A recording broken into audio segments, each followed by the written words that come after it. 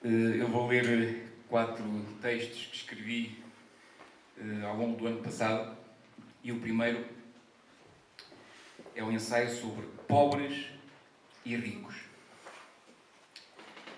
E se de repente os mais abastados se vissem no outro lado do muro?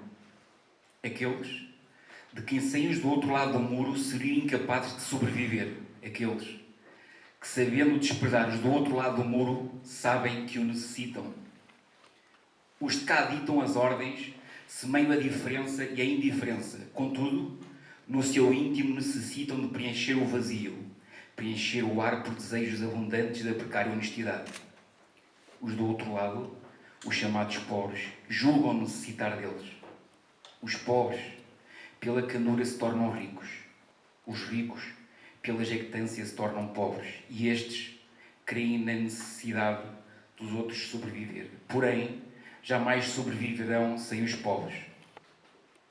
Os pobres, que pela simplicidade natural, transparência cristalina e honra intocável sobrevivem e asseguram esta sociedade alienada pelas leis. Leis que os pobres inconscientemente cumprem e os ricos ditam. O pobre é quando da menor infração é encaminhado democraticamente às barras dos tribunais. Ele será um exemplo para a sociedade.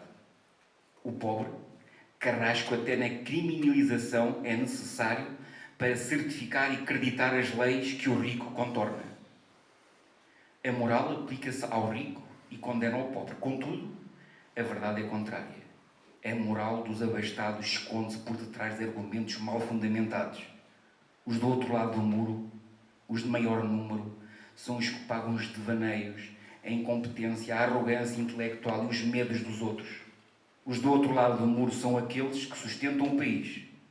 São a solução de todos os problemas e ainda assim representam uma resistência desagradável.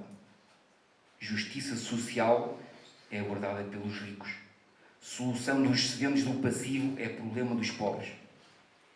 Equilíbrio social, palavras soltradas, escritas, anunciadas, vulgarizadas, violadas, mas não aplicadas.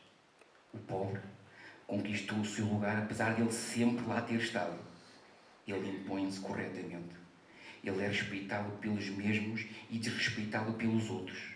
Não é agradecido porque não convém. Eles são esquecidos. Todavia, são os mais vulgarmente falados. Eles dão um exemplo não sabendo dar. Eles indicam o caminho sem o saber indicar. Estas pobres, ricas almas rumam ao desconhecido, enfrentando as intempéries sem medo ou dúvidas. Os rejeitados, aceitos pelos abastados, os deserdados percorrem um caminho que, por onde atuam, fazem estremecer os frágeis pilares das sociedades ricas e tecnocratas. Estes breves sismos provocam aos ricos a recusa e a não aceitação do pobre a este mundo e ao outro.